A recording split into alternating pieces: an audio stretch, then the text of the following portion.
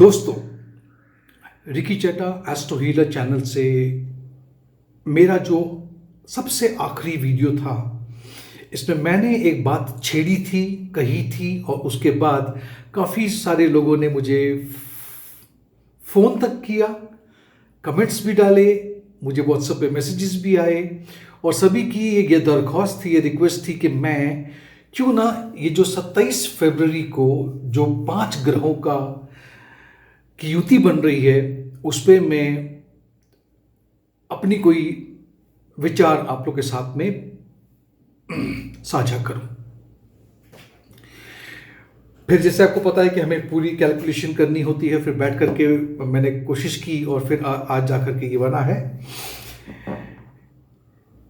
कि जो 5 ग्रह का जो युति है, इसको हम कंजंक्शन कहेंगे। ये कंजंक्शन जो है, मैं अलग अलग राशियों पे और लग्न पे बनाने के लिए मुझे वक्त लगेगा, लेकिन इसका एक नॉर्मल हमारी दुनिया में ग्लोबली किस तरह का इफेक्ट हो सकता है, इसके बारे में बात करते हैं। जो जो ग्रहों की बात मैं करूंगा, जो जो डेट्स की बात जो करूंगा, जो तारीखें मैं आपको दूंगा, मैं कोशिश कर रहा हूं कि मैं नीचे जो डिस्क्रिप्शन बॉक्स है, इसमें ये सारी तारीखें और क्या क्या घट सकता है मैं डाल रहा हूं। और जब मैं डाल रहा हूं तो मैं चाहता हूं कि जब भी, क्योंकि मैं बात कर रहा हूं 27 तारीख से लेकर के अप्रैल के एंड तक क्या क्या घटित हो सकता है, तो जब भी आप इसे रेफर करना चाहो, देखना चाहो, तो वो डिस्क्रिप्शन बॉक्स में रहेगा। सबसे पहले ये जान लेते हैं कि वो कौन से ऐसे 5 ग्रह हैं जो एक साथ में आकर के एक ही राशि में, मकर राशि में बैठ रहे हैं 27 फरवरी को 2022। शनिदेव हैं, मंगलदेव हैं, बुध हैं, शुक्र और चंद्रमा।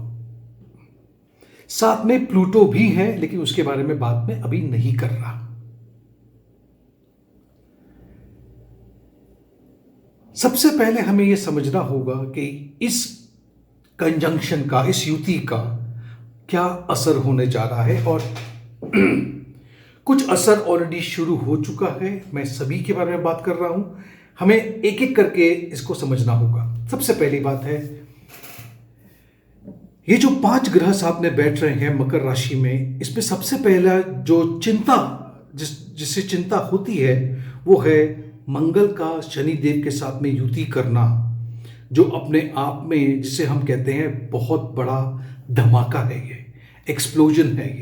ये जैसे हम कहते हैं ना कि एक धरती फटती है, वोल्केनो है, भूकंप है, एक कोई भी एक्सप्लोजन, ये एक वॉर लाइक सिचुएशन बन सकती है, कुछ भी हो सकता है। आपको पता है मंगल के बारे में जब भी बात करते हैं तो मंगल एक ऐसा प्लैनेट है जो खून खराबा, डिफेंस, वेपन, वॉर, इस तरह की बातें उससे देखी जाती है। और उसका शनिदेव के साथ में बैठना कभी भी एक ऐसा योग बनाता है जिसमें हमने देखा है कि ज्यादातर जितनी लड़ाइयां आज तक वॉर हुए हैं, उसमें ये दोनों प्लैनेट हमेशा कहीं ना कहीं पे भागीदार रहे हैं। वहीं पे अगर मैं बुध की बात करूं तो बुध एक संचालन करता है, वो कम्युनिकेशन को दर्शाता है। यहां पर शुक्र की बात करूंगा तो शुक्र की मैं आज ये बात नहीं करूंगा कि शुक्र का लेना देना रोमांस से है, लव से है, इससे है, जी नहीं। ये एक डिप्लोमेसी की बात करूंगा। यहां पे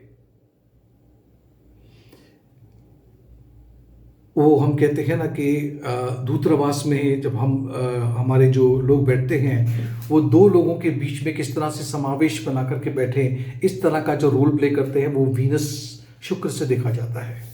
चंद्रमा यहाँ पर जो युति में होंगे, ये इमोशंस को बताएगा, और वहीं पर शनिदेव यहाँ पर एक न्यायाधीश है, जज है, जजमेंट करने वाले हैं।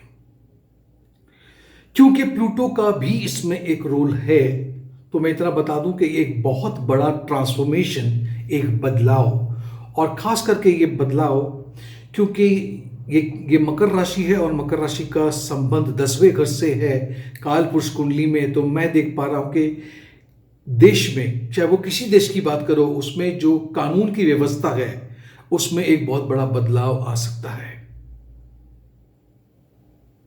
Law and order. मैं ये भी देख पा रहा हूं कि दो या दो से अधिक देशों में आपस में बहुत भयंकर कॉन्फ्लिक्ट्स या मतभेद होने के चांसेस हैं। मैंने एक वीडियो में आपको पहले बताया था कि 14 दिसंबर जो चला गया है 2021 का, तब से लेकर के 24 अप्रैल 2022 तक हम काल सर्प योग में प्रवेश कर चुके हैं। ये काल सर्प योग बीच बीच में टूट भी जाता है जब चंद्रमा उससे बाहर आ जाते हैं, लेकिन ये काल सर्प योग बना हुआ है। वहीं पर आप देखेंगे कि राहु वृषभ राशि से ये 5 ग्रह जो मकर राशि में है उसे देख रहे हैं, यानी कि ये छठा ग्रह भी है जो बीच में आप इसमें अड़ंगा लगा रहा है। और राहु का काम है इल्यूजन क्रिएट करना, वो चीज़ें जो नहीं है वो भी आपको दर्शाएगा। और ख़ास करके ये राजनीति में, पॉलिटिक्स में एक बहुत बड़ा तूफान लेके आ सकता है। खास करके वो जो रूलिंग पार्टी है, चाहे किसी भी कंट्री की रूलिंग पार्टी हो, उसमें कुछ ना कुछ भयंकर गड़बड़ी हो सकती है।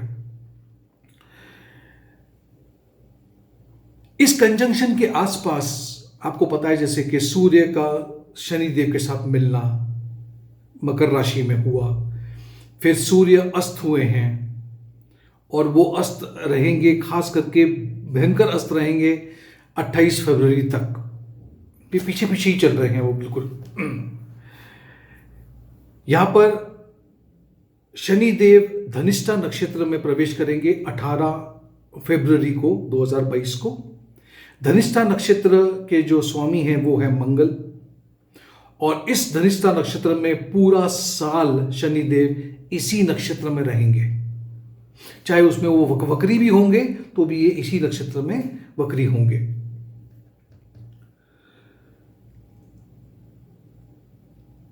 क्योंकि ये धनिष्ठा नक्षत्र में शनिदेव प्रवेश करेंगे और वो मंगल का है, तो मैं देख पा रहा हूं कि यहां पर भी वॉर की तरह सिचुएशन बन सकती है, लड़ाई जंग होने की सिचुएशन बन सकती है। मैं ये नहीं कह रहा कि हमारे ही देश की बात कर रहा हूं, लेकिन कहीं भी अस्त पड़े हुए शनिदेव धनिष्ठा नक्षत्र में, और वो भी साथ में मंगल, और इनकी दृष्टि मीन राशि पे, और मीन राशि कालपुरुष में 12वीं घर की राशि है, तो यहां पर लॉकडाउन जैसी सिचुएशन, जेल की यात्रा, इस तरह की चीजें आपके साथ में हो सकती है 17 मार्च से लेकर के 8 अप्रैल के बीच। शुक्र और मंगल की युति खास करके 11 फरवरी से लेकर के 12 मार्च के बीच 3 चीजें बता रही है। एक बताती है जंग यानी कि वॉर, वायरस का बढ़ना या फैलना, या फिर से लॉकडाउन जैसी सिचुएशन दिखती है। मंगल और शुक्र पूर्वाषाढ़ा नक्षत्र में रहेंगे 4 फरवरी से लेकर के 22 फरवरी के बीच, और ये एक तरह से 8वां घर कालपुरुष कुंडली में माना जाएगा, सॉरी हिंदुस्तान की कुंडली में, भारत की कुंडली में माना जाएगा। मैं देख पा रहा हूं कि ऐसी स्थिति में हमारे देश में या किसी भी देश में कोई एक संगीतकार, कोई गायक, गायिका, कोई भी शायद वहां से एक दुखद समाचार मिल सकता है। वहीं पर फिल्म इंडस्ट्री में कोई एक ऐसी महिला जिसको लेकर के, जिसको हम स्कैंडल कह सकते हैं, ऐसी कोई घटना घट सकती है। यहां पर मैं ये भी बता दूं कि राहु और केतु की जब भी हम बात करते हैं तो दो तरह से इन्हें देखा जाता है। इसे हम कहते हैं ट्रू राहु या ट्रू केतु, और एक होता है मीन राहु या फिर होता है मीन केतु। लेकिन अगर ट्रू राहु की बात करूं, अब ये एक्सप्लेनेशन टेक्निकल है बहुत। अगर ट्रू राहु की बात करूं तो वैसे तो राहु 12 अप्रैल को, मीन राहु की बात कर रहा हूं, वो राशि परिवर्तन कर रहे हैं, वृषभ राशि से वो आ रहे हैं मेष राशि में। लेकिन अगर ट्रू राहु की बात करूं तो वो 17 मार्च को वृषभ राशि से स्थान परिवर्तन, राशि परिवर्तन करते हुए आ रहे हैं, वो 17 मार्च को मेष राशि में। और जो राशि होगी, जो नक्षत्र होगा स्वामी, वो होगा कृतिका, सूर्य की। कृतिका नक्षत्र से राहु का गुजरना वायलेंस, टेररिस्ट अटैक, इस तरह की घटनाएं घट सकती है 17 मार्च से लेकर के 8 अप्रैल 2022 के बीच में।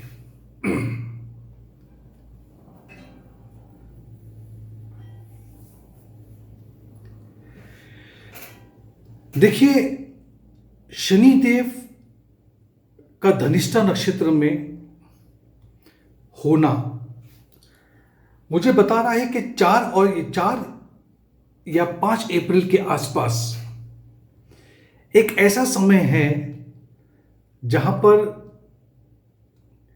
शनिदेव और मंगल बिल्कुल डिग्री वाइज क्लोज कंजंक्शन में आ जाएंगे, और यहां पर एक ऐसी घटना घट सकती है जो शायद हमें किसी युद्ध की तरफ लेके जा सकती है।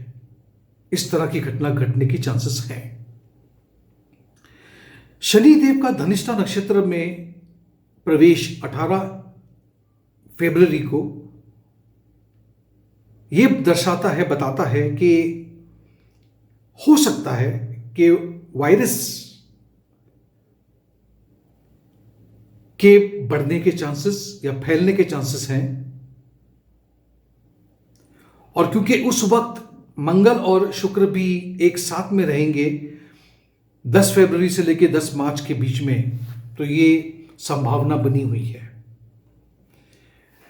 ये भी संभावना है कि हो सकता है कि जैसे हम अभी ओमिक्रॉन की बात कर रहे हैं, एक नया कोई वेरिएंट भी उभर के सामने आ सकता है, और ये भी 27 फरवरी के बाद इसके बारे में कहा जा सकता है। मंगल 27 फरवरी से लेकर के 8 अप्रैल तक, आप सारे डेट्स को मार्क कीजिएगा, 27 फरवरी से लेकर के 8 अप्रैल तक मंगल एक ऐसे जोन में होगा, ऐसे डेंजरस जोन में होगा, जिसमें चाहे वो किसी भी देश की मैं बात करूं, उस देश में अंदर अपने ही लोग आपस में एक लड़ाई लड़ेंगे। भयंकर स्थिति हो सकती है वहां पे। इकोनॉमिकल कंडीशन भी बहुत खराब हो सकती है 18 फरवरी से लेकर के 4 अप्रैल के बीच में। मैं सिर्फ एक ही बात देख पा रहा हूं, जो एक, मैं कह सकता हूं कि ये एक रिलीफ देने वाली, यानी कि आपको ये बताने की चलो अब जाकर के चीजें शांत हो गई है, वो होगा जब गुरु 14 अप्रैल को अपनी ही राशि मीन राशि में प्रवेश करेंगे। वहीं पर 29 अप्रैल को शनिदेव अपनी दूसरी राशि कुंभ में प्रवेश करेंगे। इसके बाद हालात थोड़े से संभलेंगे, कंट्रोल में आएंगे। तो ये था मेरा सारा विश्लेषण। मैं इसके बारे में सारे डेट्स आपके डिस्क्रिप्शन पे डाल रहा हूं, और मेरे वीडियो का इंतजार कीजिएगा जब मैं ये जो युति बन रही है इसका प्रभाव आपकी अपनी राशि पे, अपने लग्न पे क्या पड़ेगा, इसके बारे में चर्चा करेंगे। Thank you so much.